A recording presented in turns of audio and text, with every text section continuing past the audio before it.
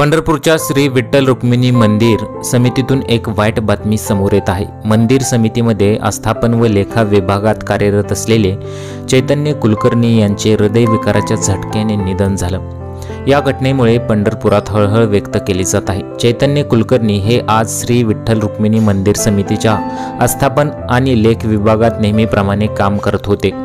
दुपारी जेवण झाल्यानंतर अचानक चैतन्य कुलकर्णी यांना हृदयविकाराचा तीव्र धक्का बसला, यामुळे त्यांचे दुर्दैवी निधन झाले। ते गेल्या अनेक वर्षापासून हंगामी कर्मचारी म्हणून विठ्ठल रुक्मिणी मंदिरात कार्यरत होते। दरम्यान विठ्ठल रुक्मिणी मंदिराच्या विकासासाठी 73 कोटीच्या आराखड्याचे काम वेगाने सुरू आहे। सध्या विठ्ठल आणि रुक्मिणी मातेच्या गर्भगृहातील ग्रेनाइट फरशी फ्लोरिंग काढून टाकायचे काम अंतिम टप्प्यात असून संपूर्ण मंदिराला पुरातन काळातील दगडी फ्लोरिंग बसवण्यात येत आहे। महत्त्वाच्या भागाचे काम पूर्ण करून त्याला 700 वर्षापूर्वीच्या मूळ रूपात आणण्याचे प्रयत्न केले जात आहे आणि हेच प्रयत्न करत असताना चैतन्य यांच्यासोबत खूप वाईट घडलेलं आहे। त्यांना हृदयविकाराचा झटका आला आणि त्यांचा जागीच मृत्यू झालेला आहे। मित्रांनो, यावर्षी हृदयविकाराच्या झटकेचे प्रमाण हे वाढत चाललेलं आहे। कुठेतरी याचा सर्व्हे व्हायला पाहिजे अशा कमेंट्स बऱ्याच लोकांनी केलेल्या आहेत।